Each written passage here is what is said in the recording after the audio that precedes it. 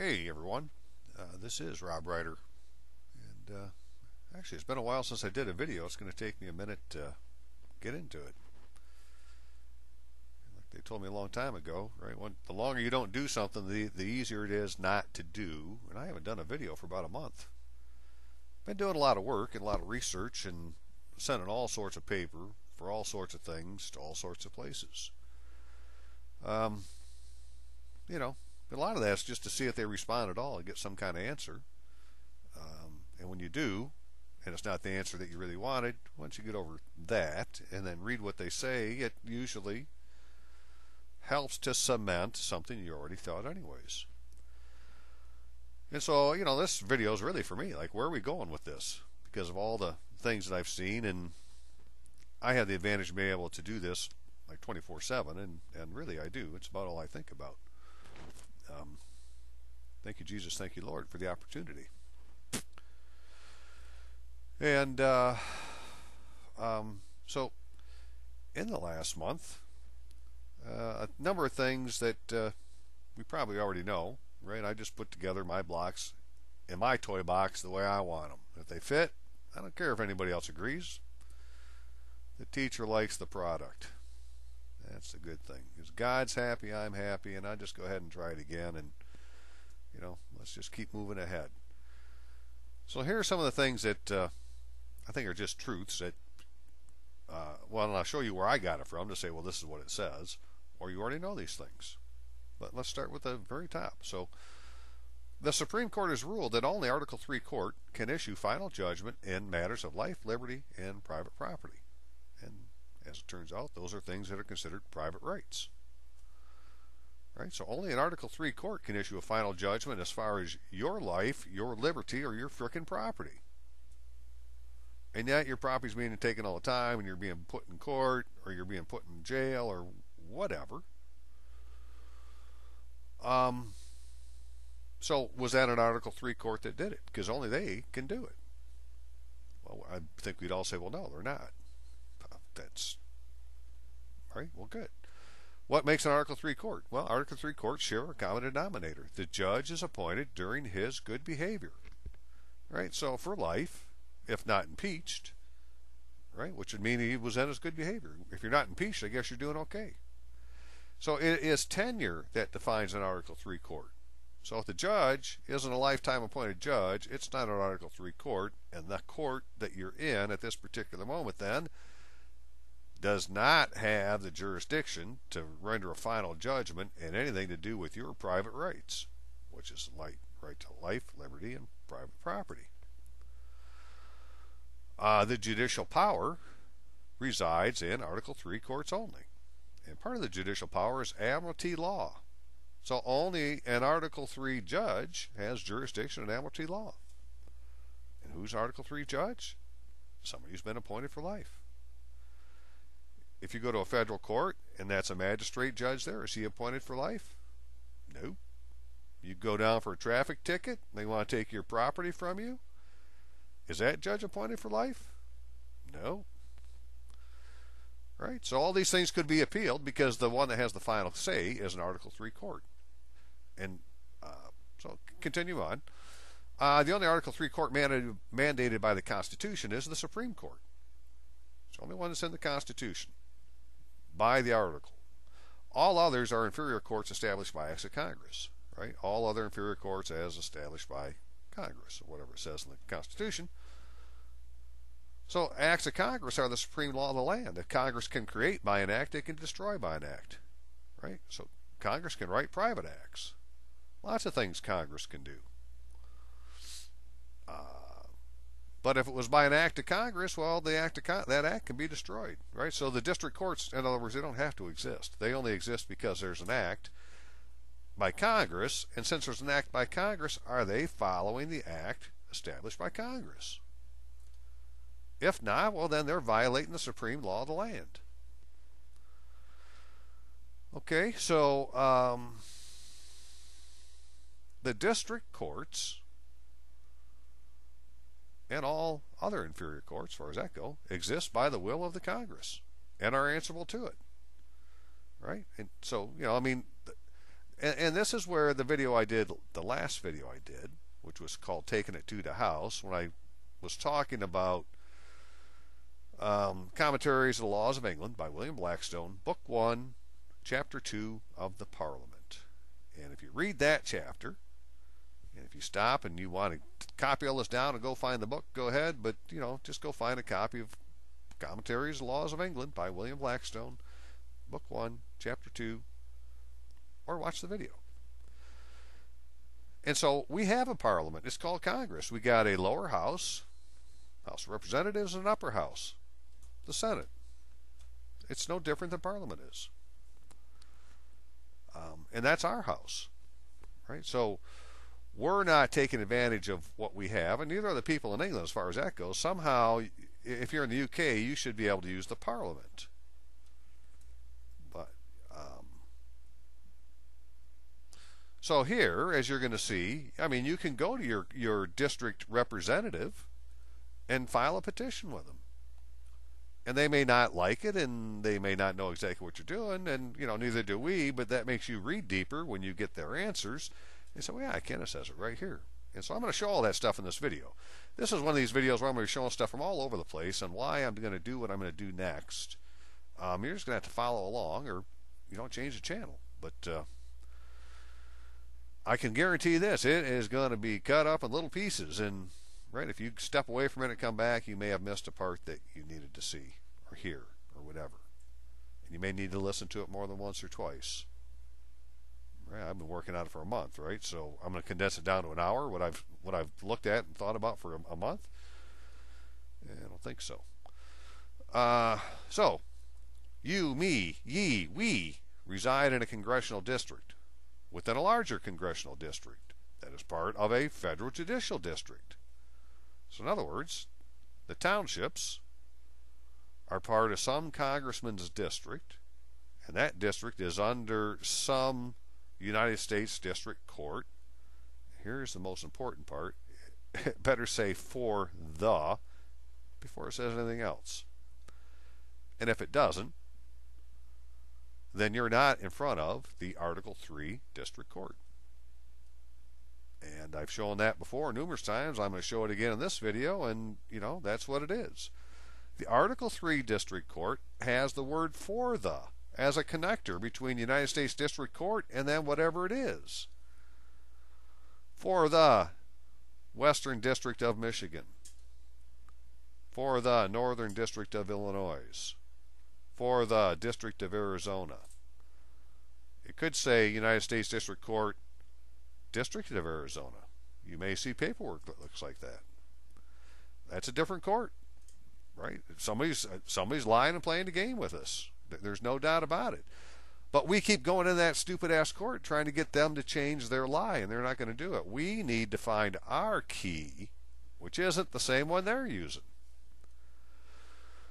So, because you're in a district, you are a congressman's constituent, and that makes him, her, your agent and attorney. Black's Law, 5th edition, I think this is. Constituent, he who gives authority to another to act for him. I appoint you my agent and attorney. That's what we do with the congressman.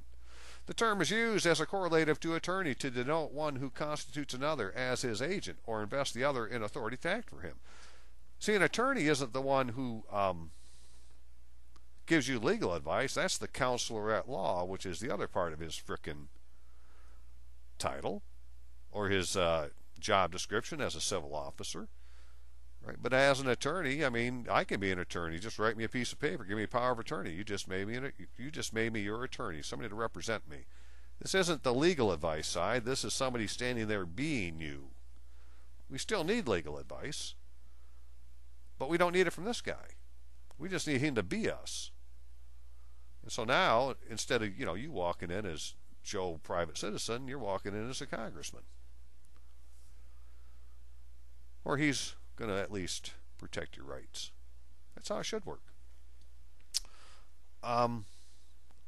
He who represents the interest, let me just start from the beginning. it is also used in the language of politics as a correlative to representative, the constituents of a legislator, being those whom he represents and whose interest he is to care for in public affairs. He is responsible for the public trust. Usually the electors of his district. Excellent. And I'm in the 3rd Congressional District of Michigan. Right? And so these districts, cities, counties, whatever they are, they're just freaking lines drawn on a map. And they're drawn on different maps, and you got maps on top of maps, and basically you need to figure out which map you want to live in because it has the jurisdiction you need to answer to. And so if I say, well, I'm in the 3rd Congressional District of Michigan, and it isn't the state of Michigan, it's of Michigan, the territory of Michigan, then he is my clerk to the court that has jurisdiction over the 3rd Congressional District. I'll show you in just a second. Okay, so let's see what the congressman can do to get our case into the Article 3 court because our private rights are being violated by an inferior court lacking judicial power. You're not going to a Article 3 court, and yet you're going to jail. Or they're taking your money, your property, whatever it is. Well, it's your property. They're your rights. They're the ones making this determination, but only an Article 3 court can render final judgment. And so we've never had our proper appeal. So, before we get there, if you can, please donate by mail to myself, Robert Allen Ritluski, but I won't make you write all that out. 10955 14 Mile Road, Rockford, Michigan, 49341. Or by PayPal. My daughter's email address is the PayPal account. Name, ASH, LEY, RYT, LEWSKI at gmail.com. And my email address is courtofrecord at AOL.com. So, on this, the 29th day of March, 2015, have a blessed Palm Sunday, and let's see if we can get out of this by Easter. Yeah, it's about time for Christ to rise again. Hallelujah. Okay. Where are we going to start at? What? Okay. One reason we're looking at the federal stuff, instead of even at the state level, for because at the state you have a general legislature also, right? But there doesn't appear to be anybody in the state who's been properly elected. And one of the questions we had asked here recently is if it was, we asked the Attorney General of the state of Illinois, Lisa Madigan. Well, let's just see what we said. I have your letter inquiring whether an attorney licensed in Illinois may offer legal services to the public under an assumed name. Yeah, okay. Can they use an assumed name? Is it okay? I regret I cannot advise you in this matter. Wow. So the Attorney General can't tell us if a licensed attorney can use an assumed name to offer you legal advice. And then they go on and explain why they can't. Right? So it's a real simple question. Hey, if an attorney scribbles a name on a piece of paper, is that the name that's on his license where it says that's what he's supposed to be using, is the name on his license? And he's not, we're trying to get an answer from the Attorney General, and they can't give us one. Right? They're only allowed to authorize to advise the state's attorney, state officers, state agencies. See statement of policy, blah, blah, blah, blah, blah, blah. Therefore, in the absence of an express statutory provision, provided otherwise, we cannot advise you concerning your request. Sorry, the Attorney General can't tell you if an attorney has to use his proper name or not. Right? So, I think it was time to just leave the state alone for a bit. The state of Illinois, not necessarily Illinois, because they're different. Right? This is the corporate state of Illinois anyways. And Lisa Madigan hasn't taken the proper oath of office, and she hasn't got the proper bond, and She's really not the Attorney General of the de jure Illinois, right? She's in the corporation. But that's who you think is the, Lisa Madigan. If you go look it up, she's the Attorney General, so it says. Well, I would say that was a false statement. Sure, she can tell me. But what she did tell me, I wish I had got rid of it, is that the problem is with the act. Because she's saying, well, here's an act that says I can't do this for you. Well, then if the acts are written by the legislature, you should go to the legislature and say, how would you write an act that doesn't allow the Attorney General to tell me if an attorney needs to use their proper name or not? That's a simple enough question. And so that's what we're going to do. We're going to go ask the legislature, well, what are you guys doing? Right? We need you guys to a better interpretation of your laws that you've written.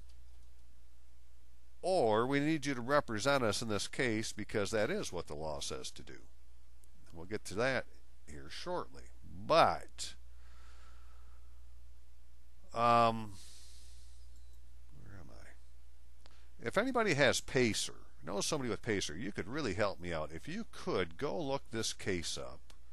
This is in the United States District Court, Northern District of California. But case, well, however you look these things up, right? Is it 11 CR 00904-BJH-1?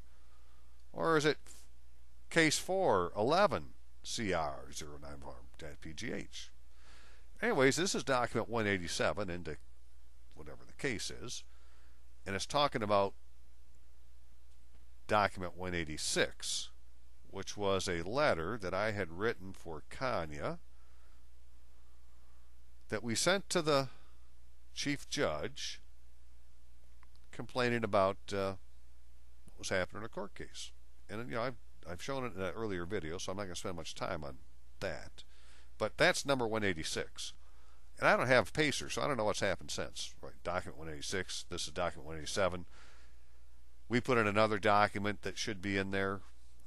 So I really need to know what's happened since document 186. If you want to go back to 180 even, if you can, send me the information. I'd be in your debt. Thank you. Court of Record, AOL.com. COURTOFRECORD at AOL.com. Please send me what you can on this. Because this is an order written by the United States Court, Northern District of California, and there's no "for the" in it. So this isn't from the Article 3 court. But it goes on to say, well, we had put this thing in, and they had some questions with it, and they weren't going to take it the way we had meant it to be, but if we wanted it to be a motion of a particular kind under 28 U.S.C. 2255, then we needed to supply them with a statement. Now the problem with this is, right, this is happening, this gets issued on the 16th of March, and Kanya had to self-surrender on the 20th. Duh, so, we had absolutely no time, threw something in, Kanya went down, I haven't heard from her, I assume she's in jail. Right, but she didn't go to jail for this. This is what the judge was saying. If you're to read all this, and maybe I'll do a video just on this by itself because I don't want to make the video about this. I want to get down to a real important thing. But anyways, they're pointing out this law, 28 U.S.C. 2255, in which it says, a prisoner in custody under sentence of a court established by an act of Congress claiming the right to be released upon ground that sentence was imposed in violation of constitutional laws, or the court was without jurisdiction to impose such sentence, or that sentence was excessive and maximum authority by law, may move the court which imposed the sentence to vacate, set aside, or correct the sentence. Right? So they're telling me go back to the court that just screwed you and tell them, hey, unscrew me, and it's too late. You've been screwed. They're not going to undo it. But, it's written there that it could be done. Right, but again, because this isn't the Article 3 court, Kanya hasn't had her Article 3 appeal. which is to the for the court. And to show you that there is a difference, this is some other paperwork to that same court case that kind of started it. Get to the page that matters, right? Here we go. United States District Court for the Northern District of California. There is a for the court. Watch that paper. Okay. We'll go to the next sheet. What's this one say? United States District Court, Northern District of California. Appears there's a court case going on in two different courts at the same time. This would be this one here would be the proper court, Northern District for the Northern District of California. For the Article 3 court. But the indictment wasn't in that court. The indictment is in another court that, this is a legislative court. Okay, so this legislative court is under the jurisdiction of the legislature, the Congress. And this court is simulating a legal process and using color of law, which is a human rights violation. Because the people that did the paperwork, get to the page that matters here. Right, so the people that did the paperwork are not using their proper person. They haven't appeared in the name that's on the license that they have to practice law. And so they're holding themselves out as an attorney licensed to practice law with a name that there's no license attached to. They're using a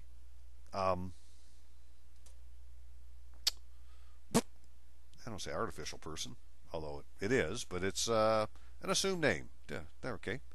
Right? The problem is they didn't register the assumed name. And those who have followed me on any of this stuff know, hey, you got to register your assumed name, right? Claim the name before they do. Well, they didn't do it either. So they can't use an assumed name. They got to use the name that's on their license. And when you know that and you go look at CPAs, who are the ones that are supposed to be auditing CAFR accounts and your IRS stuff and all this, they don't have a license either. In fact, I pointed it out to the GAO this week that Kent County, this place I'm supposed to live in, which is actually the county of Kent, that's the one that has the W-9 with the EIN number. That Kent County, stole the identity of the county of Kent. And they had these CAFR accounts done and these single audits done by a company that's not it's not a certified public accountant company, and neither are the people that run it. Right, so they never had an audit. Because my county, if you look at the CAFR account, my county's got $1 billion sitting at net assets right now. Why would it need another penny, right? Got $1 billion sitting there. Well, that's what I wanted to find out. But this is some of the things we were pointing out about in Kanya's case, that this inferior court has put her in jail with people who are pretending to hold these offices, and that's color of law simulated legal process. So we didn't have much time, and so a few of the things we had tried is we sent it to the senator, her senator, and the senator staff didn't want to do anything with it. And so I did submit something here last week to the Senate Select Committee on Ethics, but it could be we went to the wrong door first. What we needed to do was go to the representative, and so it's part of what I'm going to try next is going to the representative. I'm showing you this to show you a judge is pointing out the fact that Kanya is a prisoner in custody under sentence of a court established by an act of Congress. And so since the Congress established the court, if the court's messing up, you're going to go to the legislature. It's not in the judicial branch. Congress made the court. It's their problem. So now this is interesting to know. Although the defendant is not yet incarcerated, She is subject to an appearance bond and self-surrender requirement and therefore satisfies the in-custody jurisdictional requirements for seeking Section 2255 relief. Right? Once they tell you can't leave the state or whatever it is, you are incarcerated. Right? You got a bond, you got to show up for certain court dates and so forth, you are incarcerated. So, okay. Anyways, I could talk about this thing all day, and I'm not going to do it because I got other things I want to talk about. What I'm going to do about this because of what's happened. But I really do need to see, if you can please help me, everything else for this case from this one forward. Appreciate it. Okay, what else we got? Okay, give me a second. I'm going to load up. No, I'm not. I'm going to do this. So anyways, this is my congressman's website.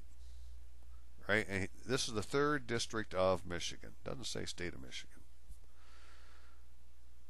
And if you go under our district, one tab, local agencies, it says local agencies, right? Federal courts with jurisdiction over the 3rd District. Right? Federal courts with jurisdiction over the 3rd District. Okay, well, excellent. If I want the federal courts to hear something, I need to be in the district. So I'm in the 3rd District. And what federal courts have jurisdiction over the 3rd District? U.S. District Courts for the Western District of Michigan. Well, that's the court I want. So I'm going to go to because that's the Article 3 court.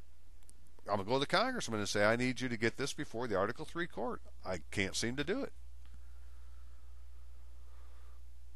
Or I'm being charged in an inferior court that was set up by the legislature, and the Constitution says I can only lose my life, liberty, or private property on a final judgment rendered by an Article 3 court, and I demand my day in court.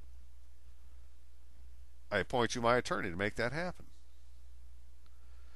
So these are the courts, right? Now here's one that I had never heard of before, and I'm not going to spend any time on it now, but it's called the Judicial Panel on Multi-District Litigation.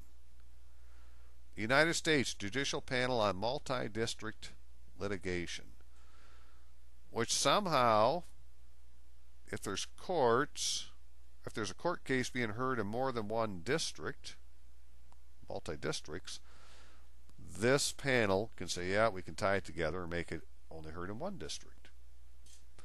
And I think that that's what, although I closed it already, that thing with Kanye is showing. There's actually the for the district, and there's the district that doesn't have the for the. 2 different districts.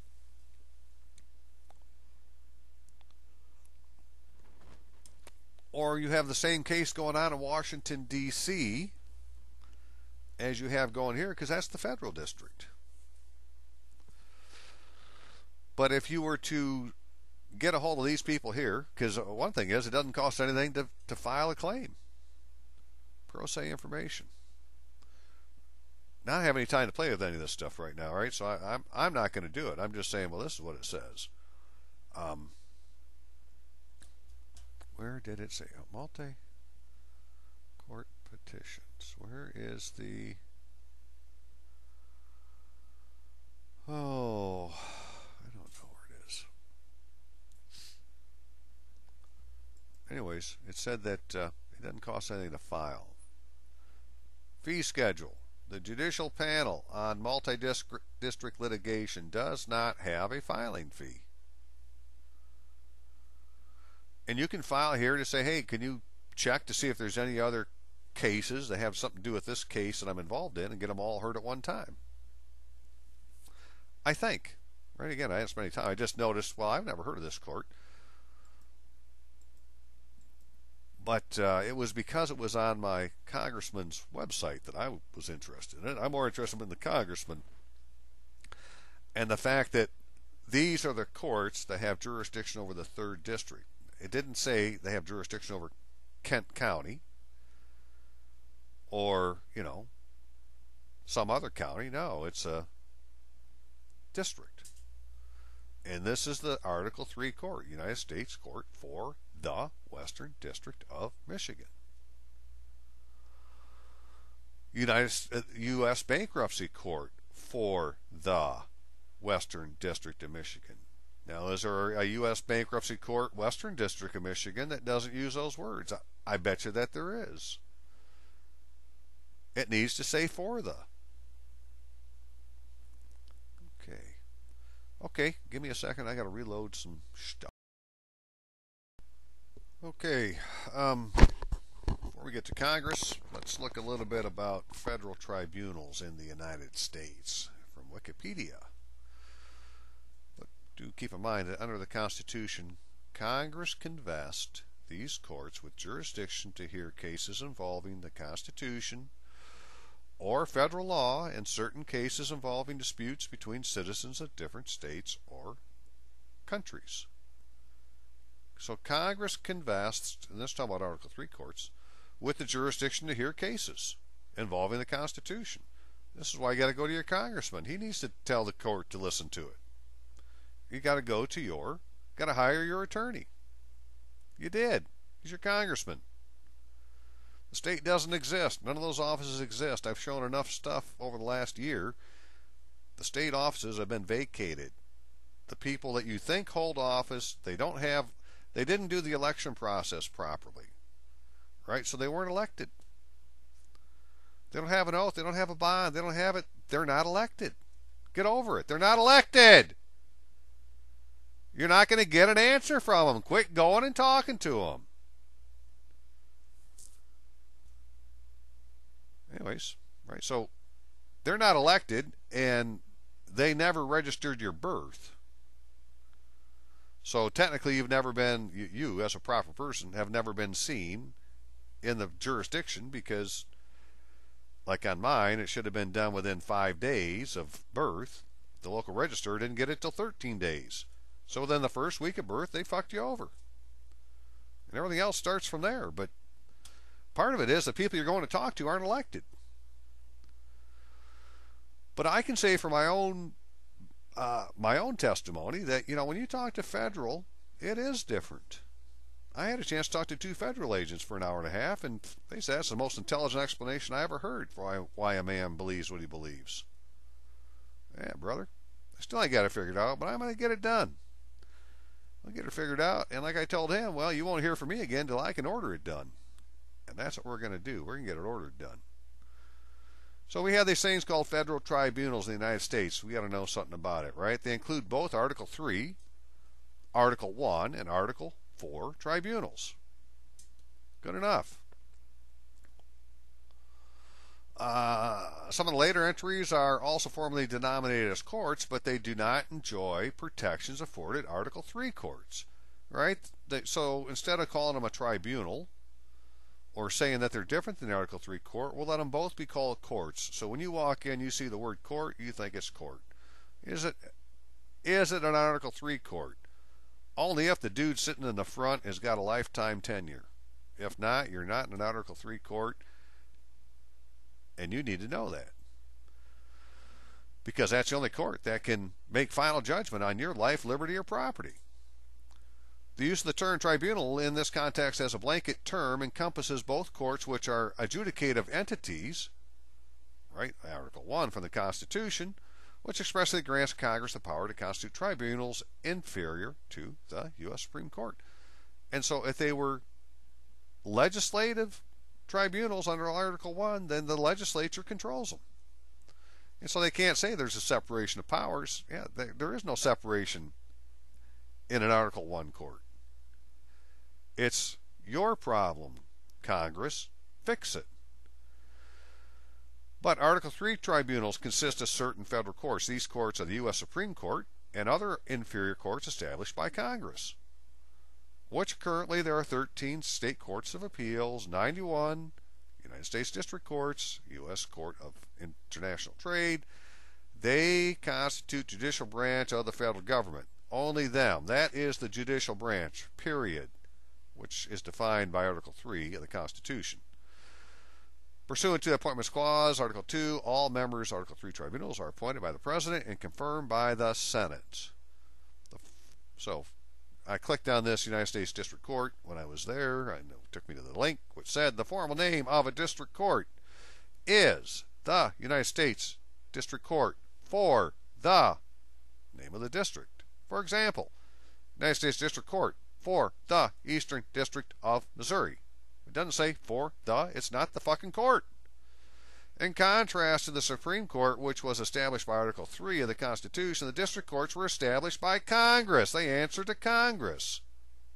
They're inferior courts enacted by an act of Congress.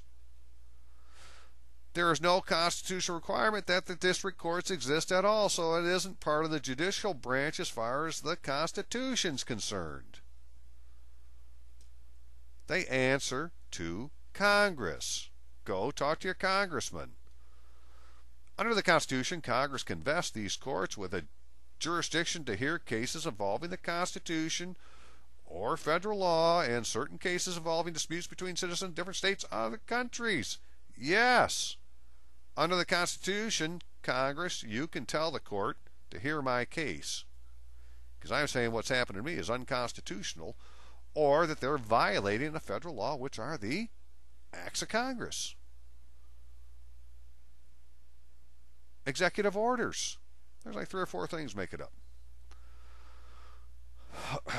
So Article 3 includes provisions to protect the courts against influence by other branches of government. Judges may not have their salaries reduced during their tenure. Right? This is how they separated them. Article 3 judges have lifetime appointment. Unless somebody bitches about them and they get indicted, you can't touch them. Supreme Court has ruled that only Article 3 courts may render final judgments in cases involving what? Life, liberty, and private property rights. Private property rights. With limited exceptions as discussed below. And there really aren't any, but they want to think. So that's Article 3. What are Article 1? Consists of certain federal courts and some other forms of adjudicated bodies. That would be like the different councils that they have within the Congress, where 5 or 6 guys get together to make some kind of council. These tribunals are created by Congress under various forms and have different levels of judicial independence. They can be Article 1 courts, also called legislative courts. So what are legislative? Well, first of all, what are legislative courts? Any other court that isn't an Article 3 court, which was simply the Supreme Court, the district courts, the appeals courts, and whatever else is said. There's one other one. International trade, or Article 4 courts. Well, if you're not in the territories, then all that's left are Article 3 courts, or Article 1 tribunals, and everything else is under, even if they're Article 4, they're under the legislature. Okay, and set up for review agency decisions, military court, martial appeals courts, ancillary courts with judges appointed by Article 3 appeals court judges. Right? So that would be like a magistrate judge. Administrative agencies, administrative law judges. So even administrative law, what you think of in the executive branch, is actually an Article 1 legislative court enacted by the Congress. Congress don't let it happen. It didn't happen. If they don't write the law to allow it to exist, it doesn't exist. And if they change the law to make it go away, then it goes away. That's why it's the highest court of all. Article 3 judges do not enjoy the same protection Article 1 judges don't enjoy the same protection as Article 3 counterparts. No lifetime tenure. Okay. When potential deprivation, life, liberty, property, interest is involved, their decisions are often subject to the ultimate review of an Article 3 court. And so it just looks to me like the proper way to appeal is you appeal to your congressman of your district who acts as your agent and attorney, and it's not going to be him because, as it turns out, they have somebody else who will act as their agent or their attorney. The General Office of General Counsel. Okay, then there's Article 4. Yeah, we've talked about this stuff before. All that stuff is, excuse me, is what the other things are. I'm more interested in what we're going to do with the one that's right down the road. So Supreme Court rulings limiting the power of Article 1 and Article 4 tribunals. The concept of legislative courts first defined by Chief Justice Marshall in 1828 in the Cantor case had to do with the disposition of some bales of cotton that had been recovered from a sunken ship. Sounds like salvage. Clearly fell into Admiralty law, which is part of the federal judicial power, according to Article 3. So now when you go read Article 3, all those powers listed there are only in the hands of somebody who has a lifetime appointment, and he's in the for the court. He may go sit in another court that's not the for the court, but when he's in the for the court, he's an Article 3 judge. And to get him in the for the court, you got to go possibly to your congressman and have your congressman tell him to do something with it. So anyways, because it was an Admiralty law, because I know people are into that, well, that's Article 3. If it's not a lifetime appointed judge, he doesn't have any jurisdiction in Admiralty law.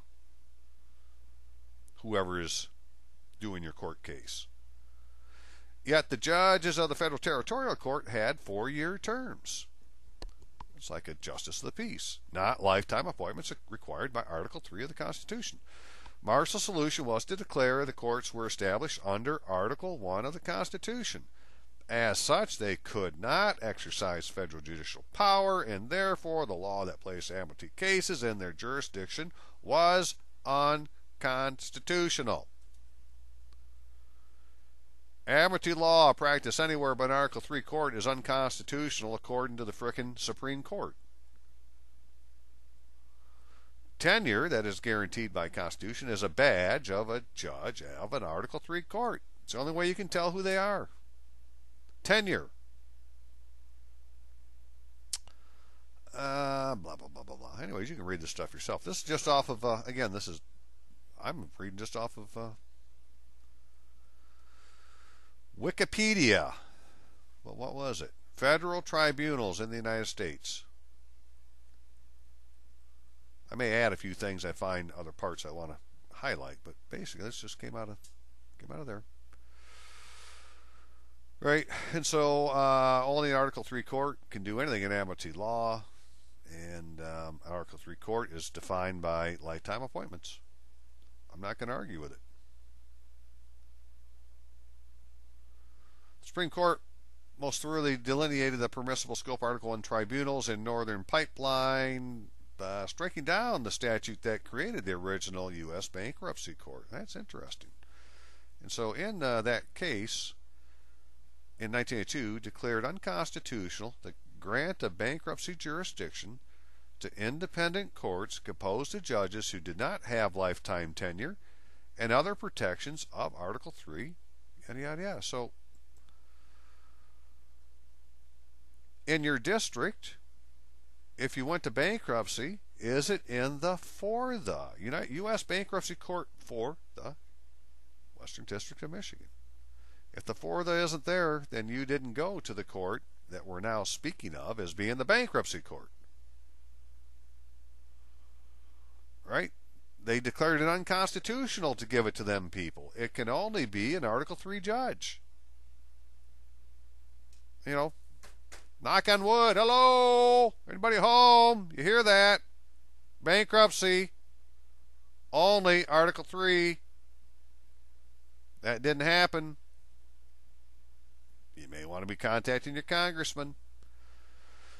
The court noted that in the opinion of the framers of the Constitution had developed a scheme of separation of powers which would clearly require the judiciary to be kept independent of the other two branches via a mechanism of lifetime appointments. That is the only separation of powers, is they're appointed for life and you can't remove them from office unless you're going to impeach them. And it works really well for them now because they're not going to impeach them because they're the ones, milking the cow for us. And as long as the people don't impeach them, everything's good. Or impeach us, because any civil officer can be impeached, up to the President of the United States. However, the court noted three situations based on historical understanding, that would be custom, in which the Congress could give judicial power to non-Article III courts. Courts for non-state areas, territorial courts, military courts, and legislative courts. Well, those were the three courts established by legislature, but okay. Established under the premise that when Congress could have simply given executive branch the power to make a decision, it has the lesser power to create a tribunal to make that decision. This power is limited to adjudication of public rights, right? Benefits, as such as settling the disputes between citizens and the government.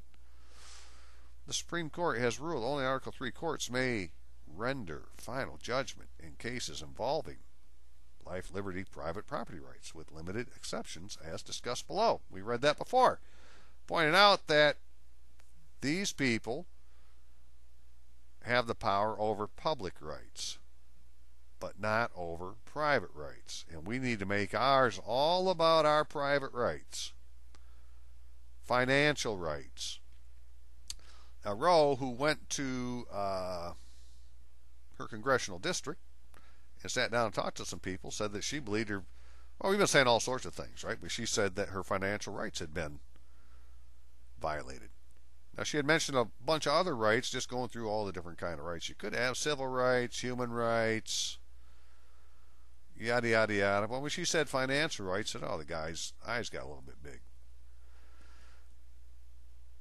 And she said she believed that the Social Security Administration has stolen her identity, which they have, and I'll show you the evidence here soon, and, then some other things, and she wanted it investigated. And if the legislature or if the congressman's office was unprepared to do that, then she would have to file a complaint with the Ethics Commission over the House of Representatives. And that seemed to get his attention. And we're not quite there yet, but that's, how do you make them do it type stuff, right? Fine. You're going to say all these things, but how are you going to get them to do it? Well, first we're going to give them the benefit of the doubt, and we're going to believe that, they probably don't know, and they're not going to the right place to get the answer when we ask them a question, and so we'll guide them to the answer. And we'll go in peace. But here's the reasons why we're going to be able to do that. The court has found that Congress has the power under Article 1 to create adjunct tribunals so long as the essential attributes of judicial power stay in the Article 3 courts. In other words, final say stays in the Article 3 courts. The bankruptcy courts, as well as tribunals of magistrate judges who decide some issues in district courts, fall into this category of adjunct tribunals.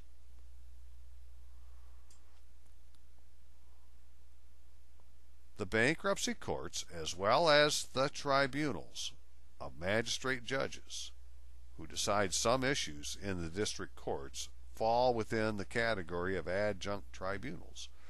But in the district courts, that's the for the court. Again, and unfortunately, that isn't where the paperwork says you're at. All actions heard in Article 1 tribunal are subject to de novo, starting over from the beginning, in the supervising Article 3 court, which retains the exclusive power to make and enforce final judgments. And you need that final judgment to be on the unconstitutional activity that's violating your private rights. Right? Your property rights have been violated. Social Security stole your frickin' account. And we'll look at that next, but just a little more on this. So, Supreme Court, the parties in litigation may voluntarily waive the right to Article 3 tribunals. Yeah, that could be, but later on it says, but not necessarily, that the party's right to an Article 3 tribunal is not always voluntarily waivable. Jurisdiction of the federal courts. Okay, federal courts. Right, constitutionally of a law. Cases involving laws and treaties of the U.S. One of those treaties the U.S. is involved in is it was called the Roerich Peace Pact at the time, and Roerich, R-O-E-R-I-C-H, Peace Pact at the time.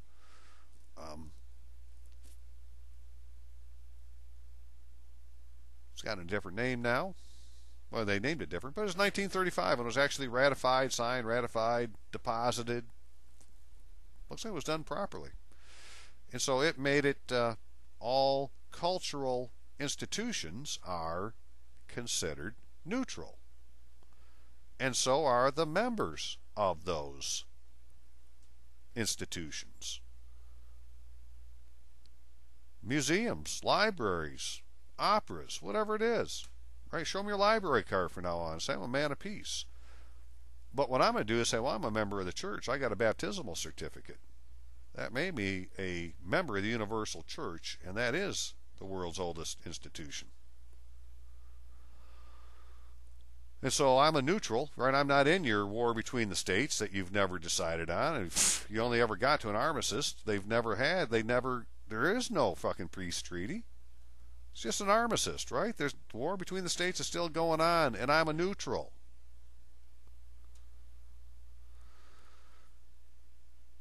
You're not a citizen, you're not a national. Your passport, I'll show you that too, is going to show you you're neither, man. It says so right on your passport. You're stateless right now. You got to pick a state. So before the federal court can hear a case, it exercises this jurisdiction. First, under the Constitution, federal courts exercise only judicial powers. Only, right? Federal courts. This means that federal judges may interpret the law only. I should go back and read this a bit closer now. I was talking too much.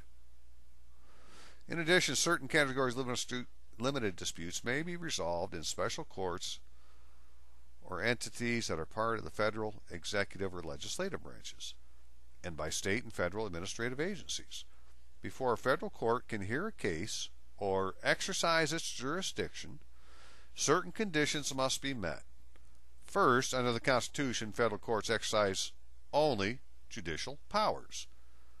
This means that federal judges may interpret the law only through the resolution of actual legal disputes, referred to in Article 3 of the Constitution as cases or controversies. A court cannot attempt to correct a problem on its own initiative or to answer a hypothetical legal question. It has to have an actual case in front of it. Right? So we need to send them, these Article 3 courts, the cases that we want them to make the determination on, and they're not getting there because we're not going to the for the court. Second, assuming that there is an actual case controversy, a plaintiff in the federal lawsuit also must have legal standing to ask the court for a decision. That means the plaintiff must have been aggrieved or legally harmed in some way by the defendant. Yeah, they stepped on your private property rights. Trespass. It must be a complaint that the court has power to remedy. Okay, so it needs to be under federal law. In other words, the court must be authorized under the Constitution or a federal law to hear the case and grant appropriate relief to the plaintiff. And there's plenty of federal laws that say if you're using color of law against somebody, that's a violation of their civil rights. Finally, the case cannot be moot. That is, it must present an ongoing problem for the court to resolve. The federal courts, thus, are courts of limited jurisdiction because they may only decide certain types of cases as provided by Congress.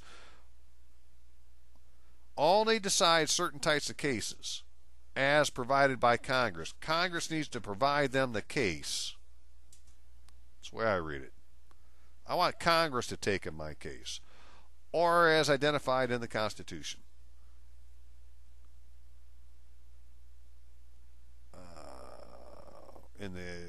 In general, federal courts may decide cases that involve the United States government, the United States Constitution, or federal laws, or controversies between states, yada, yada, yada. We know that stuff.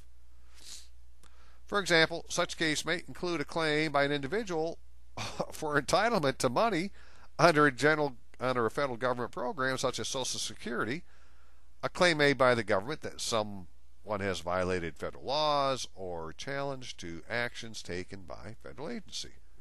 I got a claim against Social Security. They stole my identity.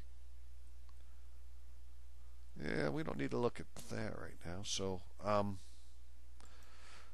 I want to show this, and then I'm going to go grab some more stuff. When Roe went down this last week to her congressional office, she got 3 business cards. Office of Honorable Pete. Office of Honorable Pete. Honorable Pete. No office of. Shane, with no office of, uses a middle initial. Ryan doesn't. Tom doesn't. Pete's always an honorable. Well, judges are honorable. Pete's like a judge. We're going to use Pete as a judge. He's going to be our public's prosecutor that when he puts his seal on something and sends it up the line, it will get paid attention to. Right? These 2 characters look to me like they represent the office of Pete, where Shane represents Pete. And so I'll show you another document here in a little bit where we're going to see where a deputy clerk actually is the only one that signed it.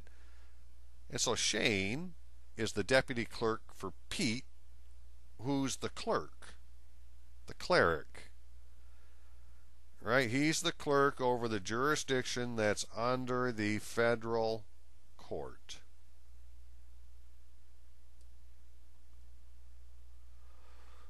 So, just interesting how they do them different. Right? Shane, not the office of, he's using the middle initial. And this is the federal jurisdiction here as far as I'm concerned, because that's where Robert A. Rutluski is. He does exist. He's on my Social Security card. That's the guy that stole my frickin' Social Security account from me. I'm Robert Allen.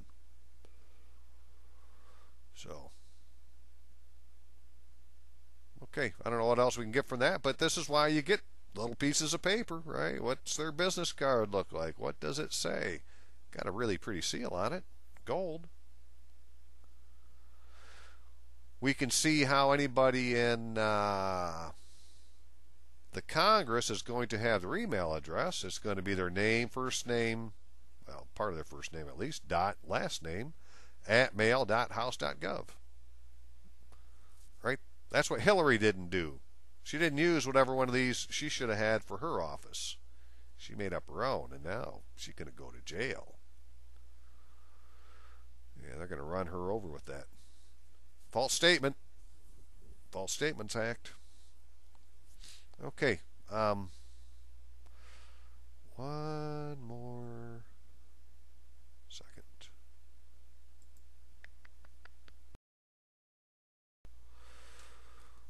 Okay, in a minute we're going to be looking at some very interesting things at the Office of Congressional Ethics.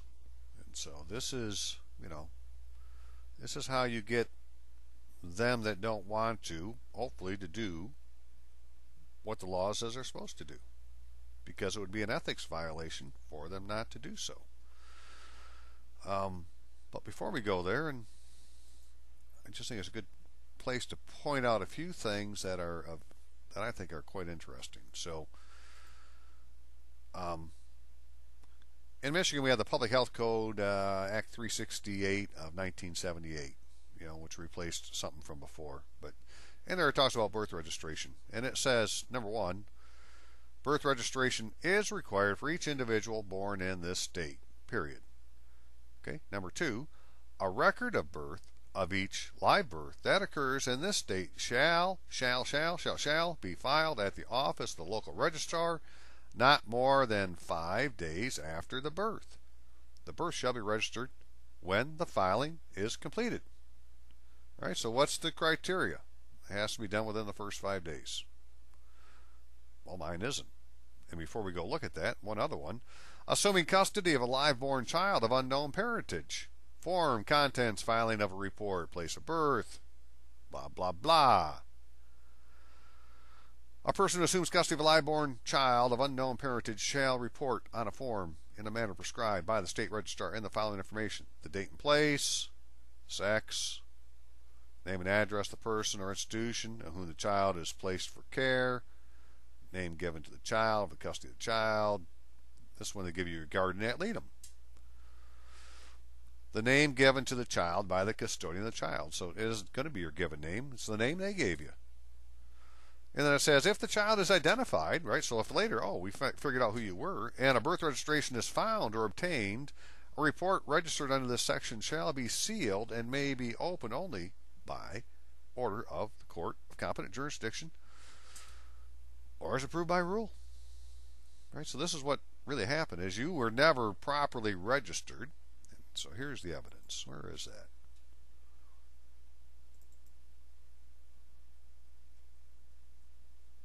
This is my certificate of live birth. And right here, it says date received by local registrar, September 18th, 1958. But I was born on, somewhere here, September 5th, 13 days later. So it wasn't received by the local registrar in time. So no matter what else happened, from the very first thing, that it's always they do it wrong at the beginning. The very first thing they did wrong is they didn't register in time. I'd never been properly registered. And so I've asked this question to the state registrar's office 2 times now in the last week and a half, and they're refusing to answer. I haven't got any answer back yet. I want you guys to go look and see if I was ever properly registered. Right? Because I have a record. See, I have this that most people don't have, and it's a wonderful piece of paper. Because this proves that your records never left the county. I, Stephen Toth, clerk of the court of county and the circuit court thereof, the same being court of record, having a seal, do hereby certify that the following is a copy of the record of birth of Robert Allen Rutluski, now remaining in my office. The frickin' record is in the office of the county clerk, and it's supposed to be with the state registrar. And they certified it for me. Right? So I gave all this information into them. It's like, well,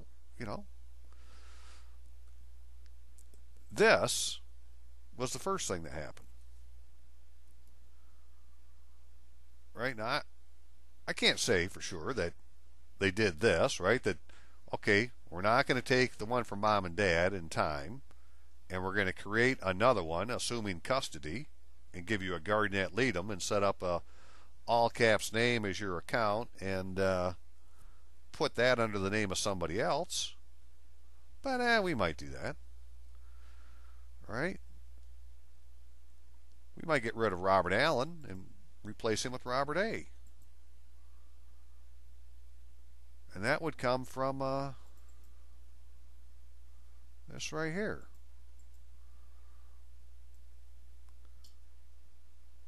This is the stub that goes on your Social Security card. Yeah, that is my property. That's my property. That is my property. Right? But the card says detach this portion from the upper half of the card and keep it in a safe place. Your name and Social Security account number appear on the other side. My name doesn't appear on the other side. Robert A. Rutluski appears on the other side. They put it in somebody else's name. Made the dude up. Well, how could that have happened? Oh, somebody provided another birth certificate and registered me in a different name than the name I believe that I'm using. So if you lose the upper portion of this, take the lower part to the district office of the Social Security Administration, where a duplicate, and see, that's lowercase district office, so really to me that means you would go to your congressional office. Which I'm going to. I'm going to say, hey, Social Security stole my account and they put it in somebody else's name. Now, this is the proof that you are not a U.S. citizen or a national. The Secretary of State of the United States of America hereby request all whom it may concern to permit the citizen/national of the United States what's that say? Something herein, named herein, to pass without delay or hindrance, and in case of need to give all lawful aid and protection. And then I signed it at the bottom. I even used the A. That's because I was close to military time back then, and that's just the way we did it. But no, it should have been Allen. And, right, this is a passport book. This page here, this is the cover. This page on top, this is the book, and it says herein. So from herein should be the name of the citizen, and I believe it should be right here in this space. This should have right here Robert Allen Rytlewski, right there. And then I would assign Robert Allen Rytlewski, and if it had been on there, was on there, when they flipped that thing open, they would see your name on that page, and you would get all lawful aid and protection. But they're trying really hard not to let us be U.S. citizens, and so instead, right, they got my place of birth as being Michigan, USA, where my documents say my place of birth.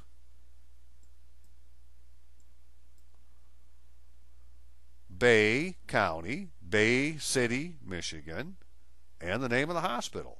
That's the place of birth. Not according to the passport. What's the passport say? What's the passport say? Place of birth, Michigan, comma, U.S.A. No, no, no, no, no. Right? They took you out of your...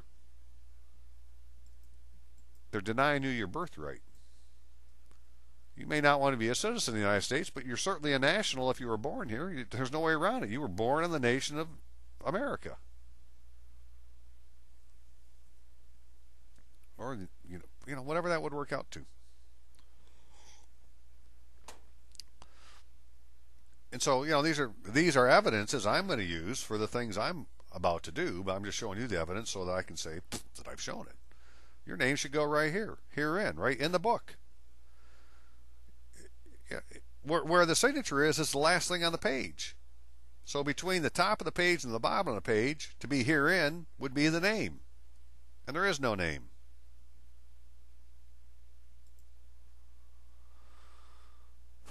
And this didn't get to the guy in time. And even this says, having a seal, do hereby certify that the following is a true copy of the above record now remaining in my office. Again, the record never made it to the state registrar.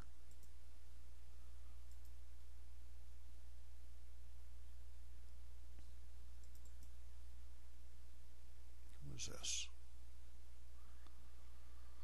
Oh, okay.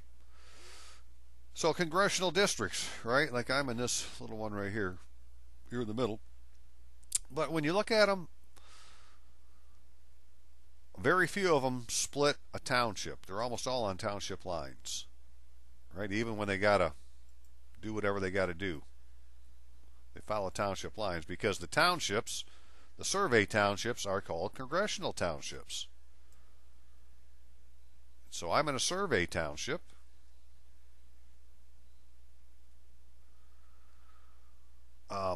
That makes up a congressional district.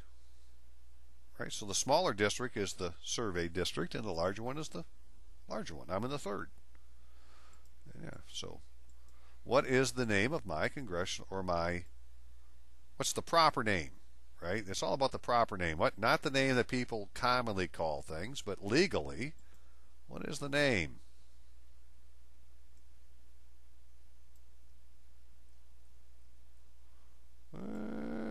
Where are you, Bob?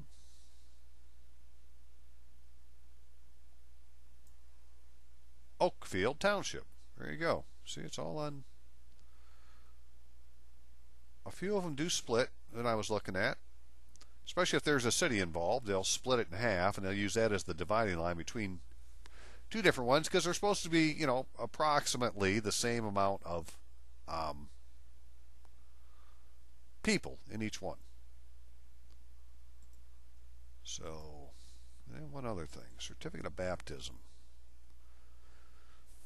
All right, this is what I'm going to use to say, well, I'm a member of the church. The church is a cultural institution, and the church is a neutral. I'm a neutral.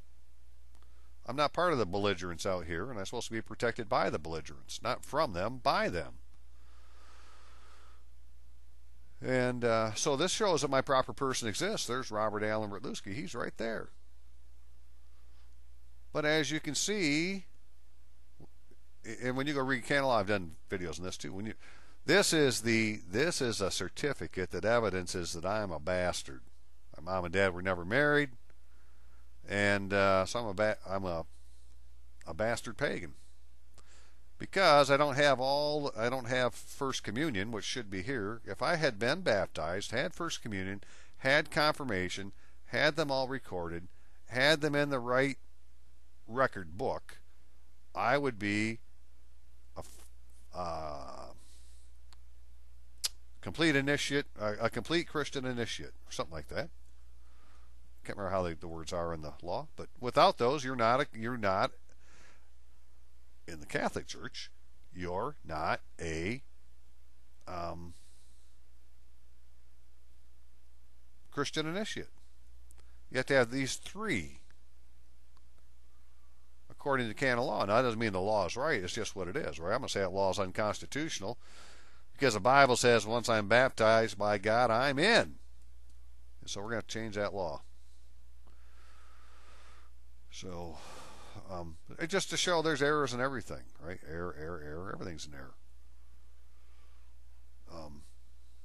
So your records never made it to the state, and that's the enforced disappearance of your proper person. And your passport is evidence that, again, right, that you're not a United States citizen and you're not national, because there is no name written within the book. We're not talking about the cover. Cover doesn't count. And that dude doesn't exist anyways. There is no Rutluski, Robert Allen. They want there to be one. They want there to be a Robert A. Rutluski. No. They don't exist. I'm going to get it straightened out. Have my congressman straighten out this problem. And if he thinks that he doesn't have to, well, that brings us back to this. Well, how are you going to make him do it? Well, they have an Office of Congressional Ethics. And when you look at it and you go under like the board and staff and, none of these people are congressmen. And they got some, go-getter people on them. And they have certain laws they're going to follow. And one of them is they follow the False Statements Act.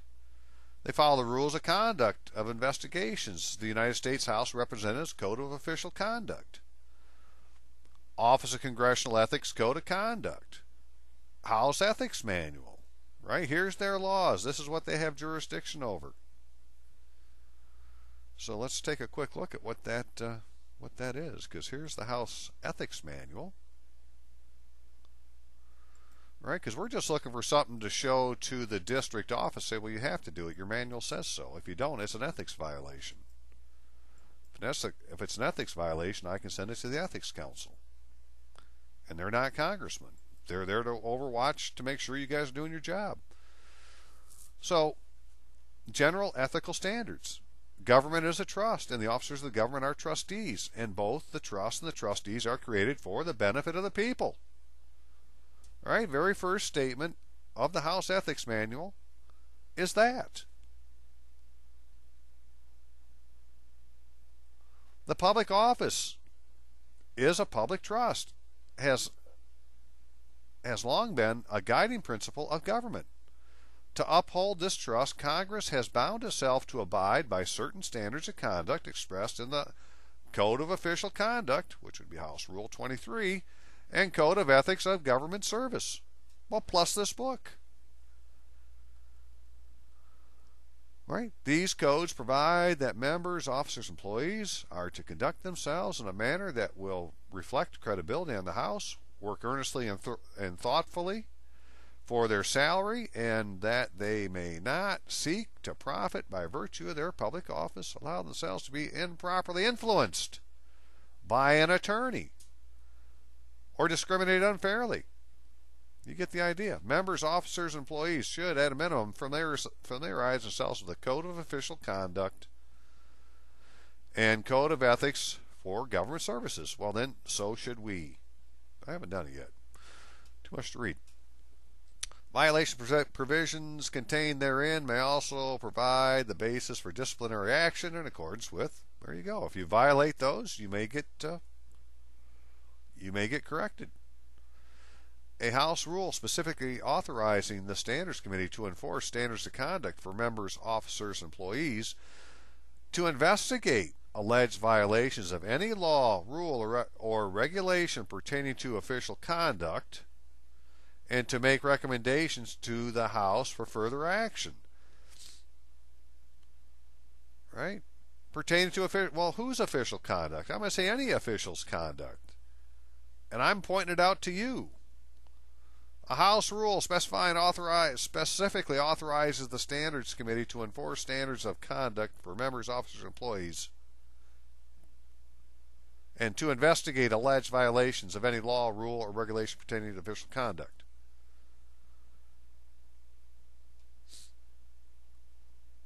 Right, so have to look at the Standards Committee. Some standards of conduct derive from criminal law. Violations of these standards may lead to fine or imprisonment. Yeah. Good. Charge of unethical conduct may be evaluated only on a case-by-case basis. So this is talking about this is what this committee does. You send your complaint to them, they see if there's anything to back it up, and then they take it to the next level. Okay, but so farther back in here, because this is like a 446 page PDF if you download it. So eventually you get to this part that's called casework. Right? And this says what they can and cannot do. The Constitution guarantees all citizens the right to petition the government for redress of grievances. A logical point of conduct is one's elected representative. Furthermore, members of Congress continually must monitor government programs and the administration of public laws. Right? If it's violating the Constitution, it's violating a public law. And it's the congressman's duty. Right? That's his job. So we've been taking our complaint to the wrong office. Right? That's all that really comes down to. Chapter includes discussion of rules making a contact of contracts in aid of contacts in aid of constituents. There's that constituent again, with government agencies, the courts, and non-governmental parties. The congressman can act on your behalf for government agencies, the courts, and non-governmental parties. Request information or status reports. Urge prompt consideration of matter based on the merits of the case. Express judgment on a matter. Well, that would make him a judge. Subject to ex parte communication rules. Right, so he needs, ex parte in this case means not on the record. He needs to go on the record and express his judgment. Outstanding. Ask for consideration based on law and regulation or administrative and other decisions. Right. Ask for reconsideration. Appeal. Off the record ex parte communications. Right. They don't want you to do that. And I don't want it off the record. I want him coming in the full power of a congressman of the United States of America. And to the republic for which it stands, one nation under God, indivisible, liberty, justice for all. That one. Where'd that one go to? Now you go back in here far enough and you'll get to page 310, nope. Whoop. 311 of this manual. Casework, 311. Communicating with courts. Because they like to tell you, well, we have, when you talk to the counter-trolls, well, there's a separation of powers. Well, okay, but that isn't what I care about. I care about what your ethics manual says. And it says, just as they are asked to intervene with agency officials responsible for making on-the-record decisions, members may also ask to communicate with judges in pending court cases. Well, for what? Because you can't do it ex parte or parte. Well, for on-the-record decisions. Most courts are subject to limits on ex parte, not on-the-record communications, which are at least as restrictive as those applicable to executive agencies. Judges, whether serving at federal, state, municipal level, are charged with performing their duties in an impartial manner. They are guiding their actions by standards such as the following. The judge shall accord every person who has, so he's talking about, forget federal, state, municipal, they all got to do the same. A judge shall accord to every person who has legal interest in a proceeding, or that person's lawyer, constituent, makes the attorney, or makes the congressman your attorney. The right to be heard according to law. A judge shall not initiate, permit, or consider off-the-record communications or consideration or consider other communications made to the judge outside the presence of the parties.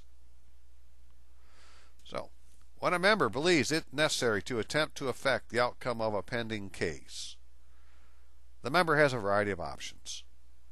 A member who has relevant information could provide it to the parties' counsel, who could then file it in the court and notify all parties.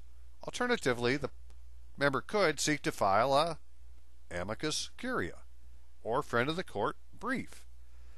Yet another option, in appropriate cases, might be to seek to intervene as a formal member to the proceeding. What do you mean you can't get involved in my court case? Hell, you can take an active role. A member could also make a speech on the House floor or place a statement in the congressional record as to the legislative intent behind the law. Second the motion, boom, carries. Right, you just got your private relief. A member should refrain, however, from making off-the-record communications with the presiding judge so as to cause the judge to recuse from further consideration of the case. So he can't go off the record, it must be on the record. That's beautiful. When a member does not have personal knowledge about a matter or a party, when a member does have personal knowledge about a matter or a party to a proceeding, the member may convey that information to the court through regular channels in the proceeding. Submitting answers to interrogatories, so right, he can submit an answer. Being deposed, testify in court. Those are all the things a member could do on your behalf. Members and employees should always be aware that special procedures are to be followed whenever they receive a subpoena seeking information relating to official congressional business. The House Office of General Counsel should be consulted for further guidance. I don't really need to go any further into this manual. This is all I'm going to point out to them when it has to do with a court case. Well, sure you can. You can be involved up to your neck. In fact, I appoint you to be. And if they don't, well, then to me it's an ethics violation because this is in their ethics manual. Right, so we need to give, what do we need to do? Well, we need to give the member personal knowledge about a matter. Send it to them. Or a party to a proceeding. Right, they need to acknowledge you and your proper person. The member may convey that information to the court through regular channels in the proceeding. Submitting answers to interrogatories, being deposed, or testify in court. But this is the guy that can get you into the for the, right? United States District Court, for the. It's that simple. All right, so sticking with that, and then I talked about the House Office of General Counsel. Got one more thing to look at there. But before we do, it also says they have jurisdiction over this thing called, I want to find it. Let me go find it. I got it highlighted. Be right back. This is one of those ooh la la laws. 18 USC 1001. Except as otherwise provided in this section, whoever in any manner. I still didn't find the right one. Forgive me. I really want to find the right one. Sorry. Okay, remembering that we started here on the Office of Congressional Ethics, which is the office that you go to if you have a complaint against a member, an officer, an employee of the House of Representatives. And they have rules for conduct of investigation. And again, this is under the About tab, right? So when you read those things, one of the things you're going to have to do is you're going to have to sign a piece of paper saying you certify that you understand about False Statements Act. Well, that's good because, it's an act that we can use to our advantage, it looks like. So what is this act? Well, being enacted by the Senate House of Representatives of the United States of America in Congress assembled, this act may be cited as the False Statements Accountability Act of 1996. Now, I believe you need to put that whole thing down, right? I mean, properly. That's the formal name of this piece of paper.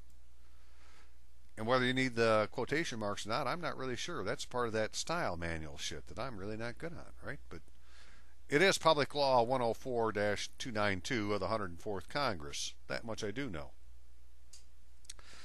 And it says statements or entries generally. Now, okay, so Section 101 of Title 18 United States Code is amended to read as follows. So really this is part of this code also, which is the codification of the acts, which is still federal law. So you could just use the, right? Maybe you should say Section 101 of Title 18, United States Code. Is that the proper way to do it? I don't know. I'm going to let them decide. Right there, that we're going to get them to take it to the people that know. We're just coming with our complaint, and they're going to figure out how to word it. But it says statements or other entries generally, except as otherwise provided in this section, whoever in any manner within the jurisdiction of the executive, legislative, or judicial branch of the government of the United States, knowingly or willfully, falsifies, conceals, or covers up by any trick, scheme, or device a material fact. So, finally, an omission of a material fact by an act of Congress is considered a false statement. Makes any material false, fictitious, or fraudulent statement or representation, or makes or uses any false writing or document knowing the same to contain any material false, fictitious, or fraudulent statement or entry, shall be fined under this title or imprisoned not more than 5 years or both. It's a frickin' felony. To not tell me the truth by omitting a material fact, speaking to me and telling me a lie, or give me a piece of paper that's a lie, and every piece of paper they give you is a lie because they didn't do it in their official capacity, because they're not doing it in the name that's on the frickin' whatever gave them the authority to hold the office. Be it a commission, oath of office, whatever. So, every man's a liar, and every statement they make in an official capacity is a lie. And every time they share their private opinion instead of a law, that's a lie because it's concealing a material fact. All right, they're concealing a material fact that they're not doing it in their official capacity. That's a crime. I mean, just as soon as they put the paper out, it's a crime. It's a law. It's a false statement. I can take it to Congress. Because you're not being charged in your proper person. That's a crime. Violation of your constitutional rights. Private rights. That's my property. That's why your all capital letter name is your frickin' property. It's my property. Right? You got a claim on my property. We need to go to an Article 3 court because it's the only one that can make decisions on private property. Ooh, yeah. So subsection A does not apply to a party to a judicial proceeding or to a party's counsel for statements, representations, writings, documents submitted by such party or counsel to judge or magistrate in that proceeding. Well, as we, where we started out in this thing, I showed you that there were actually 2 courts involved in a federal court case. Well, the one court ain't hearing about any of this stuff, so they ain't never been talked to. Right? So there's nothing there for it not to apply to. There's nothing in the evidence file. And this goes back again to claiming that things are what they are, right? Take judicial notice of the adjudicated facts, right? Take judicial notice of the evidence, whatever it is. Unless you get it in the evidence file, the judge doesn't see it. again, just things from other videos that I'm saying again. I'm not going to go find it where I came from. I just know that I said it. And I'm not watching the videos anymore. I'm moving ahead. Subsection A does not apply to a party to any judicial. Okay.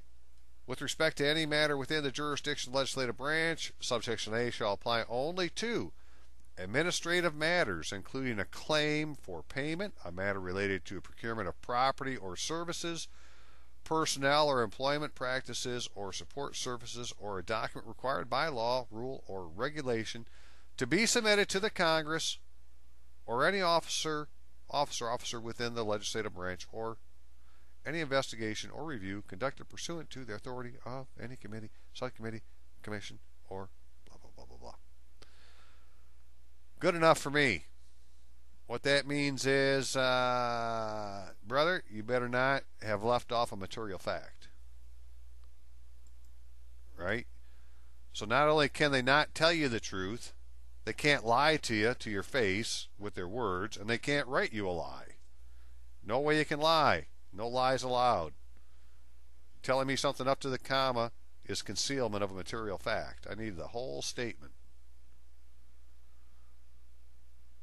So, that's good stuff, man.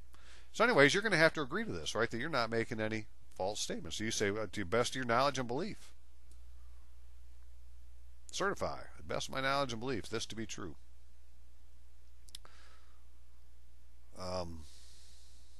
Okay, so out of all that, like it said in the manual, therefore, if the congressional office doesn't want you to take down this route, where you're going to say, well, I'm going to have to file a complaint with the Office of Congressional Ethics of a false statement on your behalf, because or your ethics manual says you can represent me in court and you're not doing it, right? And you're making that decision without the congressman making the decision, because I haven't heard from the congressman yet. This is the counter troll talking. Are you talking for the congressman, counter troll? Does he know I'm going to put in an ethics violation against him because of your action? Well, we don't need to go there. What you need to do is do what they told you to do. And that's contact the Office of... Hang on here. This is where it gets really good.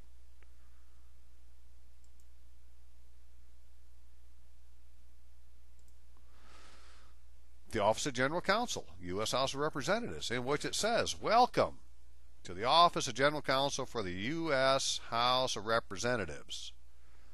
The OGC provides legal advice and assistance to members, committees, officers, and employees of the House, without regard to political affiliation, on matters related to their official duties. The OGC represents members, committees, officers, and employees, both as parties and witnesses in litigation arising from or relating to the performance of their official duties and responsibilities. All right, so if you've got a question as a staffer of your legal obligation to the constituent, you don't ask that attorney they keep telling you to talk to. You must go to the Office of General Counsel, because it's their job to tell you what your official duties are. Ha ha!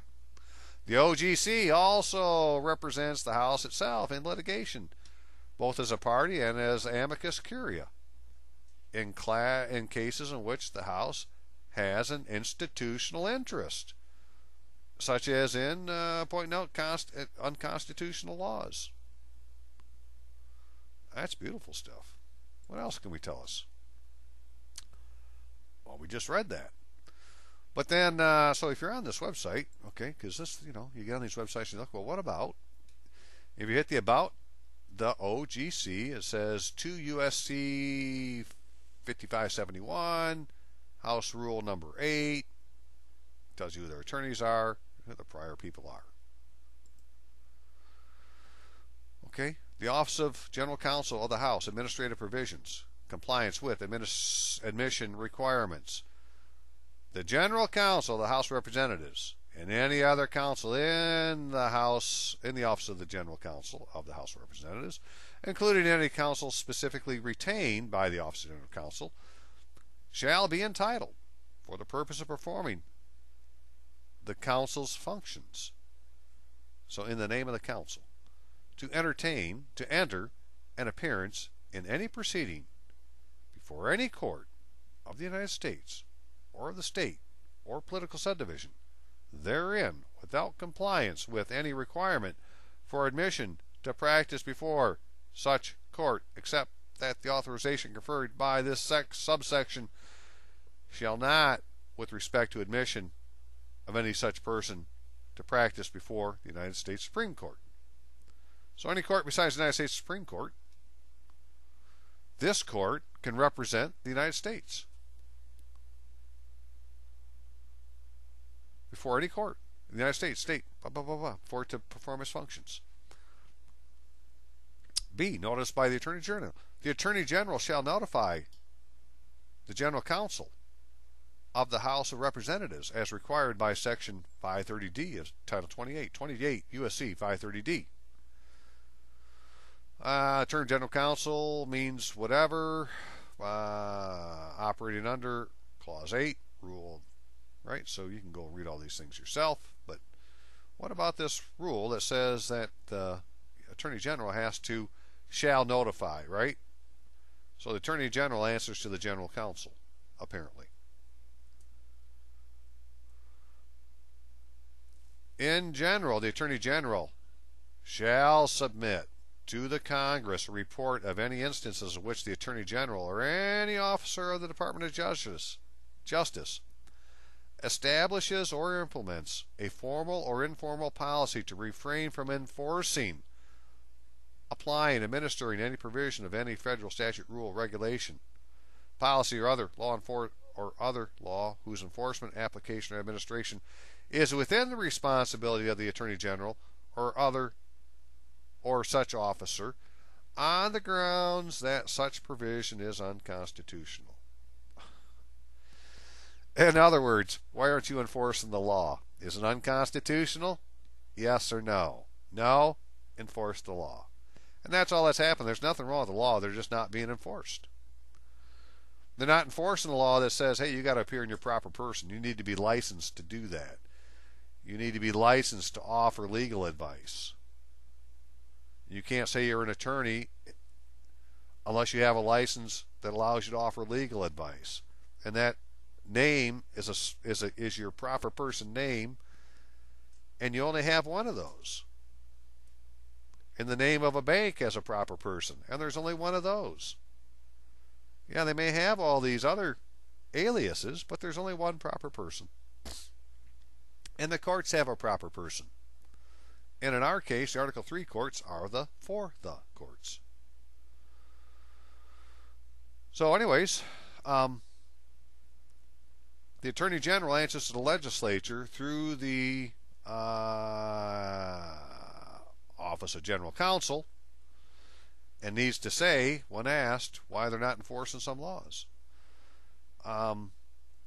Determines to contest affirmatively in any judicial, administrative, or other proceeding the constitutionality of any provision of any federal statute, rule, regulation, program, policy, or other law, or to refrain, on the grounds a provision is unconstitutional, from defending or asserting in any judicial, administrative, or other proceeding the constitutionality of any provision of any federal statute, rule, regulation, program, policy, other law, or not to appeal. In other words, why aren't you doing your job? Well, the way we get the Attorney General answering to the General Counsel is for your district office to contact the General Counsel for legal advice on your behalf. So you went in, and the representative is representing you, and the representative is going to be represented by the office of the General Counsel. That's good stuff.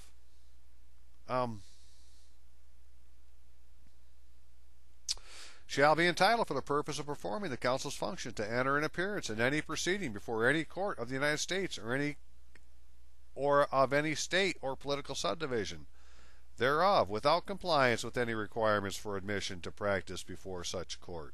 Don't need to be a member of your stinking bar, except that the authorization conferred by this subsection shall not apply with respect to admission of any such person to practice before the United States Supreme Court, because that court has that's where the Solicitor General is. For the only one court that is specifically mandated by the Constitution to exist, it has its own Solicitor General. All these other courts are products of the legislature.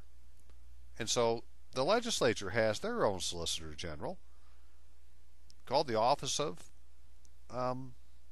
General Counsel. So ultimately that's who we're going to use as our to enforce the law. Is the guy that answers the phone's got two choices. A, you can go, he can see if the ethics committee will do anything to him, if he's protected the way that he's been led to believe, or whatever the guy whispering in his ear is telling him, or whatever. Or is it just better to pick up the phone to do exactly what this says for congressional offices? See that? Just tell them, you have a tab on the OGC site for congressional offices. Why don't you click it and ask them? Because it won't work for us, right? It's only for them. I can't get there. Service not found. Or server not found. Because it's only for congressional offices. And so there's absolutely no reason for the guy that picked up the phone to take your question not to go ask these people. Or when you do the thing you need to do to get your paperwork before the congressman. Now, on every congressional website, they have a way, right? It's like a, where is this thing here?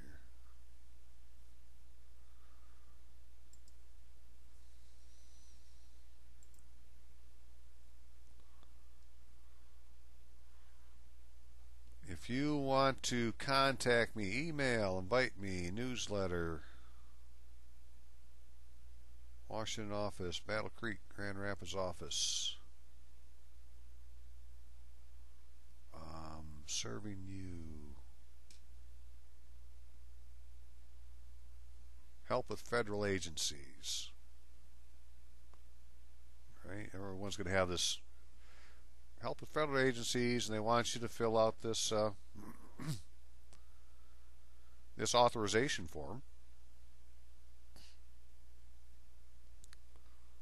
But someplace down here they had download where I could download the thing. Okay, it's basically a Privacy Act agreement, and it looks something like this. United States Representative Justin Amish, 3rd District of Michigan, request for service and Privacy Act release. Right, I'm requesting service.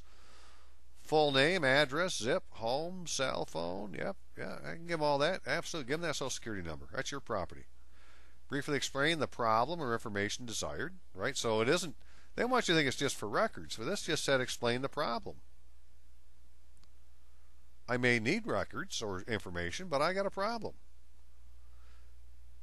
And please provide the information as filed. General government agency involved, Social Security Administrative Medicare claim number, veterans claim, whatever it is that brought you here, branch of service, so forth. I request and authorize United States Representative Justin Amish and members of his office to act on my behalf, all right, and to receive information. But to act on my behalf, that would be because up here it said,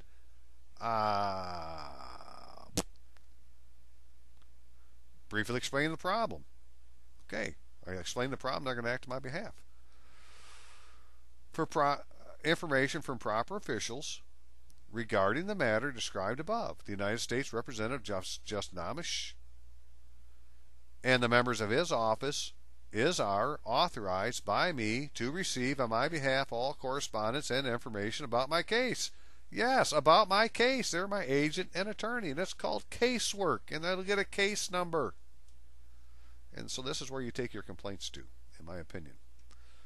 And so we're going to complain that like Social Security stole our identity and the state never properly registered our proper name, proper person, and there's this ongoing concealment of our proper person, evidenced by the looking at a passport. And since they don't want us to be citizens of the United States, well, that's up to them. But they still represent me because this congressional district is in the territory. Right? It's under federal jurisdiction. It doesn't have nothing to do with the state. It's its own map, right? Map of these jurisdictions. This is the map I want to be on. On this one where the Congress is both the local and national government. And I don't have to follow the state laws then. Well, I don't have to follow them. They're not following them. There's nobody in the state to enforce them. But there are people in the federal government to enforce them. So, okay, I think that was about it. Just trying to think. There's one or two other things I wanted to say before I stop, because, well, there is. So what we're going to do is go to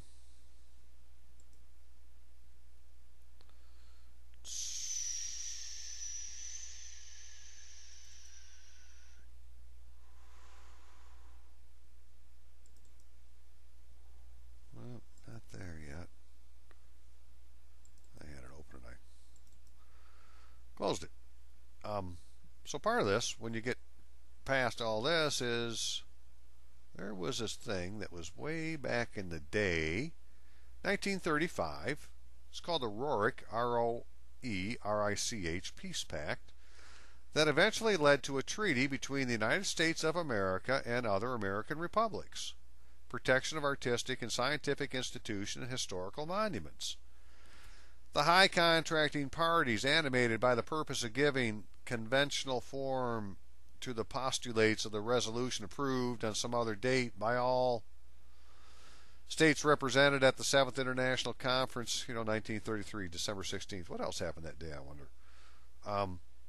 Have not yet been done so that they signed the Roerich Pact, initiated by the Roerich Museum in the United States, in which has as its object the universal adoption of a flag already designed and generally known in order thereby to preserve it. So this has its own coat of arms, its own flag. It was consecrated in the Church of the Holy Blood in Belgium, where there's a sample of Christ's blood that was gathered by Joseph of Armenia. Is that who it is? Armenia? Joseph Armenia? Sounds right. The one who took the body. 2,000 years. Got a pretty good history. They can follow it quite some ways. Anyways, now it's in this church in Belgium since the 12th century, when the Catholic Church went and took it from the Orthodox out of Constantinople. You guys think they were all down there, fighting the Muslims? That was part of it. Yeah, it was Orthodox against Christians. Who would get the relics? Somebody went and got the Holy Blood of Jesus and brought it back to Belgium. Anyways, they consecrated this flag there. Have resolved to conclude a treaty that, with that end in view, and to effect the treasures of culture be respected and protected in time of war and in peace, have agreed to the following, upon the following articles. Article 1. The historic monuments, museums, scientific, artistic, educational, and cultural institutions shall be considered as neutral, and as such respected and protected by belligerents. The belligerents need to protect them. Not protected from them, by them. The state, the same respect and protection shall be due to the personnel of the institutions mentioned above. Well, the church is an institution. It's a cultural institution. I got a baptismal certificate. I demand to be protected. This is what we're going to take to our congressman. The same respect and protection shall be accorded to historic monuments, museums, scientific, artistic, educational, cultural institutions in a time of peace as well as in war. So even though there's no declared war, still had to protect. Because there's an armistice going on. It's been going on since 1865. But there's no peace. There's no peace treaty. Article 2, the neutrality and protection respect due to the monuments institutions mentioned in the preceding article shall be recognized in the entire expanse of territory subject to the sovereignty of each of the signatory and acceding states, and without any discrimination as to state allegiances of said monuments and institutions. Doesn't matter if we took a pledge of allegiance to the America. Doesn't matter. I'm a member of the cultural institution. So if you're a member of a library, right, you don't want to join the church, well, join the library. Join the museum. I'm a member of the museum. I'm off limits. And I want a private law that says so. Right? I want to order my flag for my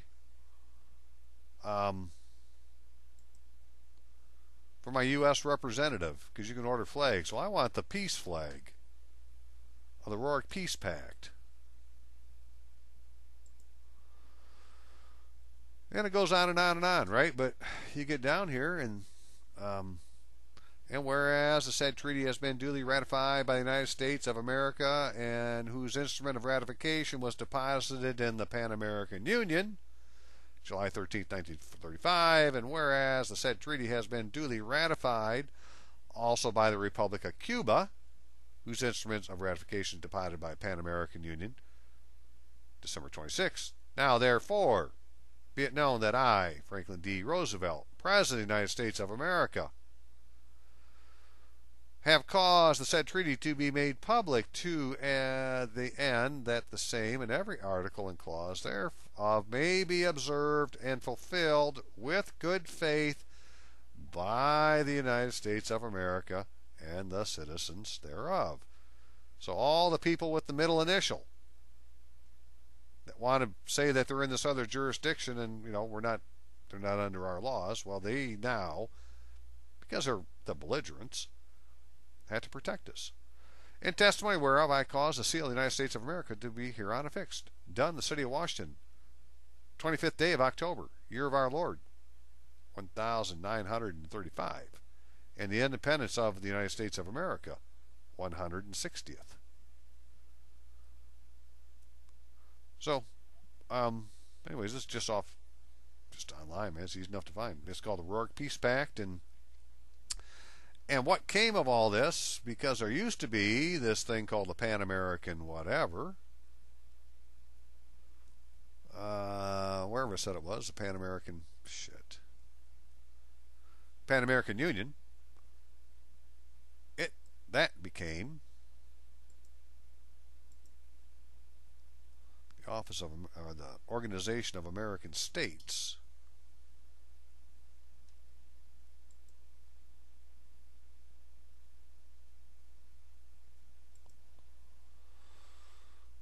And the Organization of American States has got a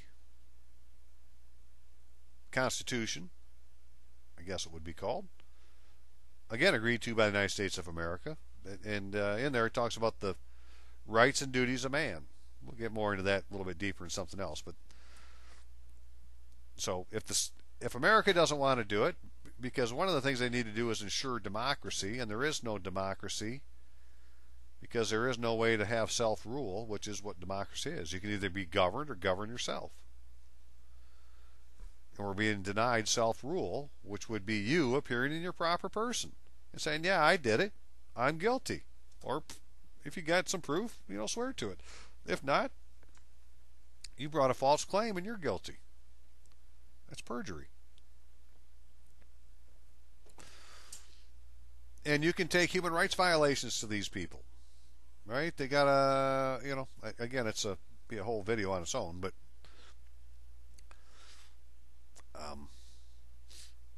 it's just the as the stepping stones go up, right, that these would be next. If we can't get any relief at all from the state, we're going to get it from these people. But I really do believe, because of things that have happened with the federal government before, like the brother here in Michigan who went in for an IRS case after being taken to court by gunpoint by the IRS, simply said in court, "Honorable Magistrate, I accept your oath. I bind you to it. I remind you of your fiduciary duty. I extend to you my sovereign immunity while you carry out my orders." And the judge jaw dropped, and the frickin' district attorney or whatever he would prosecuting attorney said he could see his head going to his hands, and the IRS guy kind of sitting there not knowing what's going on. And they told our hero to go sit in this other room for a minute while they talked to the IRS guy, and the IRS guy came in, and the IRS guy said, if you write me this letter, this can all go away. Now, the IRS guy was told that by the judge, go cut a deal, or your ass is going to jail. It's my opinion. That's what happened. Because from going from gunpoint to writing this letter and getting a letter back from the IRS saying that they dropped the case, took him telling a federal judge in a federal court on his appearance date that he accepted his oath and bound him to it, reminding me he had a fiduciary duty. Now, maybe the judge didn't know what to do, so he failed safe. Maybe there was more to be done. I don't know. What I do know is they're not taking you to the for the court. They're taking you to the court without the for the in it. Therefore, it's not an Article 3 court, and it doesn't have final jurisdiction on your life, liberty, or property. Only an Article 3 court does. And to get to that Article 3 court, you need to go to the Congress and have them submit the paperwork. That's what I believe is happening, what we need to do, and go see what happens. Okay, I'm done talking. Lots going on, but it's all theory. We'll see what happens this week. Y'all take care of yourself.